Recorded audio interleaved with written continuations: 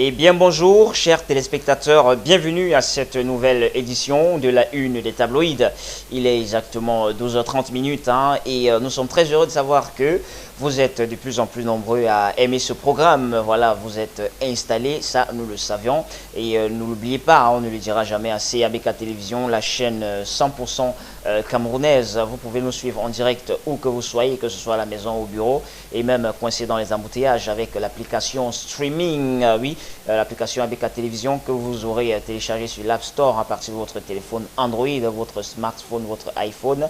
Vous pourrez donc taper dessus, suivre les directives et puis vous nous aurez en direct, voilà, à travers votre téléphone portable. Vous pourrez donc nous suivre comme ça en direct. Voilà donc pour ce qui est des journaux parus dans les kiosques ce matin et pour ceux qui ont pu arriver jusqu'à notre rédaction centrale d'ABK Télévision pour cette édition du 10 juin 2016. Voilà, nous commençons notre exercice qui est devenu quotidien donc avec le quotidien Le Jour paru dans les kiosques ce matin, qui nous parle de santé et titre « Le Cameroun a besoin de sang ».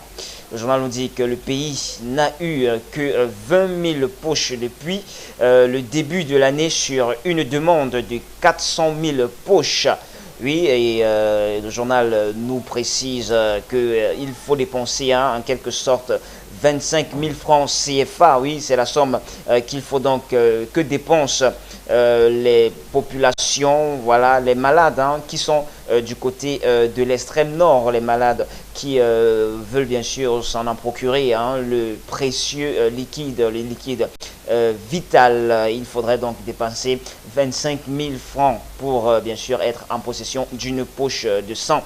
Et dans le même dossier, vous verrez par exemple les propos d'Apollonie Noah Owona, oui, lui qui est le secrétaire permanent du programme national de transfusion sanguine, dit qu'il faut estimer, voilà, c'est une attitude, c'est une habitude qu'il faudrait tout simplement cultiver au sein des Camerounais, cette culture bien sûr du don du sang. Oui, c'est à lire en page 2 et en page 3 de votre journal Le Jour, paru dans les kiosques ce matin.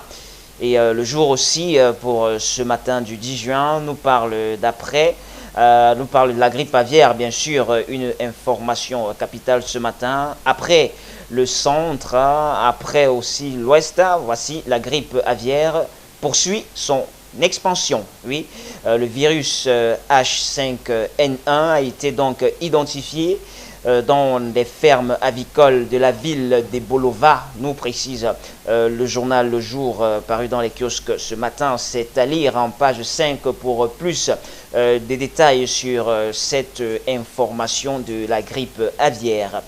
Le journal Le Jour pour ce matin nous parle aussi de Douala, le braquage qu'il y a eu du côté de Douala, dans la titraille d'ailleurs, braquage à Eneo, oui, dans la page 5, vous en aurez bien sûr beaucoup plus de détails, mais déjà, en attendant, voilà, le journal nous dit que les hommes armés de pistolets automatiques, voilà, ont ligoté le vigile et ont emporté de l'argent dans l'agence de Bonabéry Nord. C'était donc jeudi 9 juin 2016, hier, oui. Pour plus de détails, c'est dans la page 5 de votre journal Le Jour, paru dans les kiosques ce matin. Et pour sortir du journal Le Jour de ce matin, voilà, le sport. Le journal Le Jour nous dit tout simplement que UMS de Loum creuse l'écart. Pour plus d'informations sur ce sujet sportif, c'est dans la page 11 de votre journal Le Jour paru dans les kiosques ce matin. Nous poursuivons notre une des tabloïds, cette fois-ci avec le Messager également en course pour ce matin du 10 juin 2016. Le Messager, voilà, s'intéresse à la gestion de la SOPECA, mais titre le Premier ministre en sapeur-pompier. Voilà, bras de fer donc, hein, Marie-Claire, Nana et Joseph Lé. Le journal nous dit d'ailleurs que voilà, le Premier ministre reçoit donc aujourd'hui le président du conseil d'administration et aussi la directrice générale de la société de presse et d'édition du Cameroun, en abrégé SOPACAM, voilà, pour donc arbitrer le conflit ouvert entre les deux personnalités. Un conflit d'ailleurs qui résulte du fait qu'une liste de nomination, voilà, de personnes aurait été dressée donc par l'un des deux mis en cause ici, bien sûr, pour plus d'informations. C'est dans la page 4, oui, un conflit d'ailleurs, une liste qui n'arrange certainement pas la directrice générale de la SOPACAM. Pour plus d'informations sur ce sujet, c'est dans la page 4 de votre journal Le Messager, paru dans les kiosques ce matin. Et le Messager aussi pour ce matin continue, voilà, et nous amène du côté de l'extrême nord et titre Boko Haram tue 10 pêcheurs, oui, et 40 autres enlevés, nous précise le journal ce matin. Il faut dire que les terroristes viennent encore une fois de plus de faire parler d'eux. C'est du côté d'Arak, pour être plus précis, dans la région de l'extrême nord du Cameroun. Pour plus d'informations bien détaillées, c'est dans la page 7 de votre quotidien Le Messager, paru dans les kiosques ce matin. Et aussi le Messager ce matin, voilà, revient sur l'information erronée qu'avait bien sûr donné le même journal il y a de cela quelques jours, la décoration, voilà, de Forgindam, le chancelier des ordres nationaux, écrit au Messager. Et c'est en page 3, voilà, il s'avère donc le chancelier donc dit, voilà, je vais vous donner une petite lecture par rapport à ce dont le chancelier, à la correspondance bien sûr du chancelier à la direction, voilà, générale du Messager. Je tiens à vous faire connaître que voilà, c'est le nommé Mungwe Zache Forgindam, adjudant-chef donc major, né le 31 décembre 1961 à Santa, résident à Bamenda et en service à la base aérienne de cette ville, qui a eu bien sûr le 20 mai dernier la médaille chevalier dans l'ordre du mérite camerounais. Il ne s'agit donc nullement, comme vous l'aviez affirmé péremptoirement, voilà, de M. Forgindam Zache Mungwe, ex-DGCNIC, voilà, né quant à lui plutôt en 1949. Oui, et le chancelier poursuit en disant aussi, ai-je l'honneur de vous demander, en application, voilà, des dispositions constantes de la loi du 19 décembre 1990 sur la liberté de communication sociale au Cameroun et à l'effet de dissiper le malaise que votre information erronée a pu produire ici ou là. Voilà, vous en aurez donc la suite de cette affaire, de cette correspondance dans la page 3 avec plus de détails. Voilà donc pour sortir du Messager pour ce matin.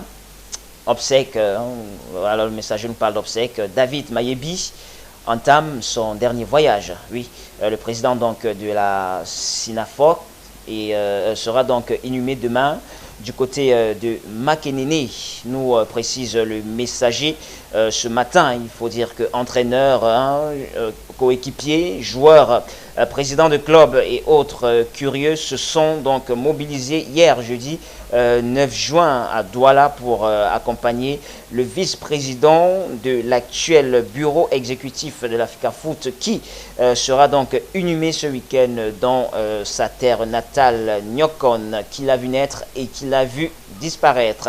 C'est dans la page 11 de votre journal Le Messager, paru dans les kiosques ce matin. Voilà pour ce qui est du Messager.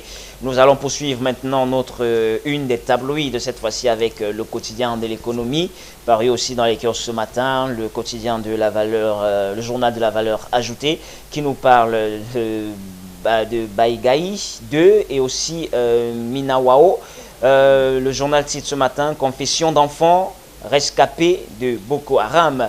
On se rappelle toujours en cette même semaine, hein, c'était avec l'hebdomadaire Intégration qui nous parlait aussi, qui avait fait son enquête sur ces jeunes femmes qui avaient été abusées sexuellement par les hommes de la secte islamiste Boko Haram. Aujourd'hui donc c'est le quotidien de l'économie qui fait sa part d'enquête, un reportage donc sur 2 sites hein, abritant les réfugiés nigérians et les déplacés dans l'extrême nord. L'occasion donc de se rendre compte du profond traumatisme qui travaille voilà, ces centaines de jeunes ayant échappé aux atrocités de la secte terroriste. C'est à lire dans la page 4 de votre journal au quotidien de l'économie, paru dans les kiosques ce matin. Et pour ce matin aussi, le quotidien de l'économie s'intéresse au carburant et titre « Une entreprise veut produire du bioéthanol ». Oui, il s'agit bien sûr de la Sopidacam SA. Voilà, elle envisage donc la construction de 4 usines de transformation de la biomasse à partir de la banane plantain. Pour plus de détails, c'est dans la page 6, un dossier, un sujet intéressant, hein, dont vous en aurez ample connaissance dans la page 6 de votre journal de la valeur ajoutée paru dans les kiosques ce matin. Et aussi François Ndjonou, le journal en parle, les aviculteurs continuent de nourrir 342 000 poulets dans le Fundi. Oui, le journal nous dit que le président de l'interprofession avicole du Cameroun, en abrégé IPAVIC, parle des conséquences de la grippe aviaire sur cette filière. Pour plus de détails, c'est dans la page 14, dont vous en aurez les informations ensemble.